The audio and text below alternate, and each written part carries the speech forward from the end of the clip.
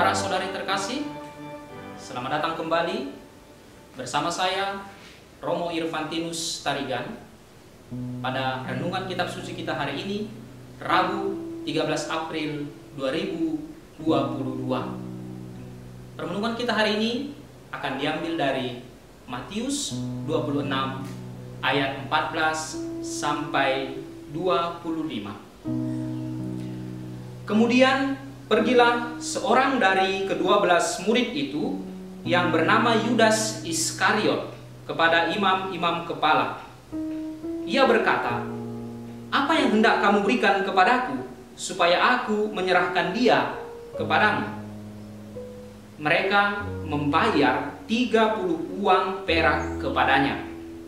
Dan mulai saat itu ia mencari kesempatan yang baik untuk menyerahkan Yesus. Pada hari pertama dari hari raya roti tidak beragi, datanglah murid-murid Yesus kepadanya dan berkata, "Di mana engkau kehendaki kami mempersiapkan perjamuan Paskah bagimu?" Jawab Yesus, "Pergilah ke kota kepada si Anu dan katakan kepadanya, pesan guru, waktuku hampir tiba.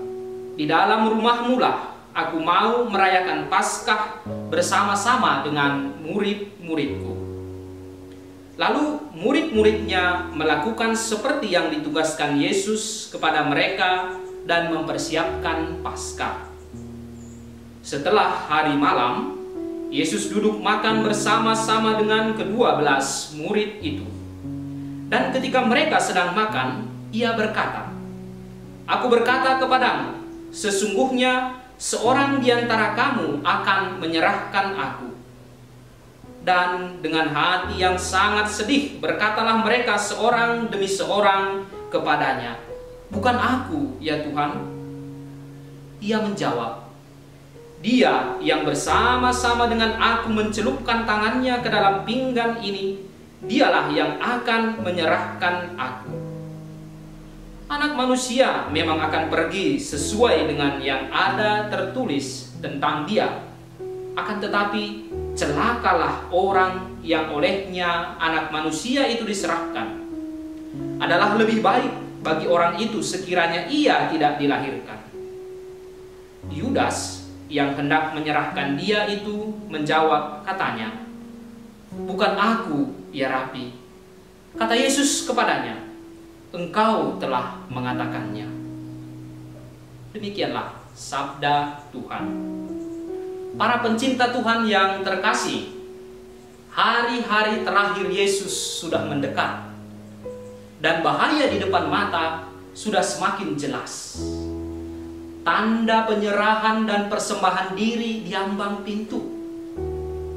Tidak ada kasih yang lebih besar daripada kasih seorang yang memberikan nyawanya untuk sahabat-sahabatnya. Itulah yang akan terjadi segera melalui dan dalam penyalipan itu. Kasihan Judas, kasihan saudara kita ini. Dia telah menutup hatinya. Entah apa yang dia pikirkan sehingga sampai hati mengkhianati teman dan gurunya. Entah apa yang dia rencanakan dengan tindakan menjual gurunya itu. Entahlah, kasihan Judas. Tetapi dia, Judas, juga saudaraku, juga saudara Anda. Saudara-saudari, Don Primo Mazzolari yang hidup dari tahun 1890 sampai dengan 1959, seorang imam diosesan Kuskupan Cremona, Italia Utara, yang sedang dalam proses beatifikasi saat ini, dalam khotbahnya pada Kamis Putih pada tahun 1958 mengatakan demikian.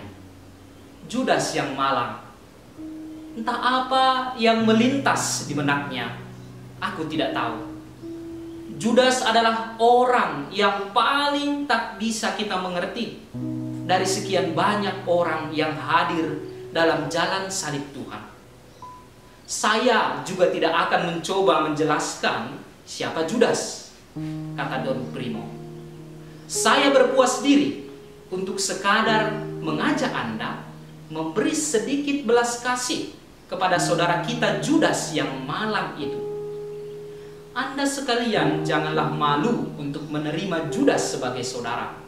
Saya tidak malu menyebut Judas saudara, karena saya tahu bahwa seringkali saya mengkhianati Tuhan. Saya percaya bahwa tak seorang pun dari Anda harus malu menerima Judas sebagai saudara. Panggillah dia saudara. Sebenarnya, kita sedang memanggilnya seperti Tuhan sendiri menyebut dia ketika menerima ciuman pengkhianatan di Taman Getsemani itu. Jangan lupa bahwa Tuhan berkata ke Judas, "Teman, dengan ciumankah engkau mengkhianati anak manusia?" Teman, kata ini menggaungkan secara abadi kelembutan kasih Tuhan.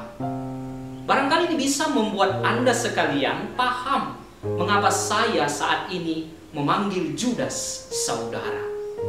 Tuhan juga telah mengatakan dalam perjamuan terakhir, "Aku tidak lagi menyebut kalian hamba, tetapi saudara."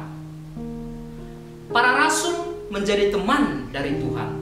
Entah mereka baik atau tidak, entah murah hati atau tidak, entah percaya atau tidak, mereka selalu menjadi teman dari Tuhan. Kita bisa saja mengkhianati persahabatan dari Kristus, tetapi Kristus tidak akan pernah mengkhianati kita, para sahabatnya.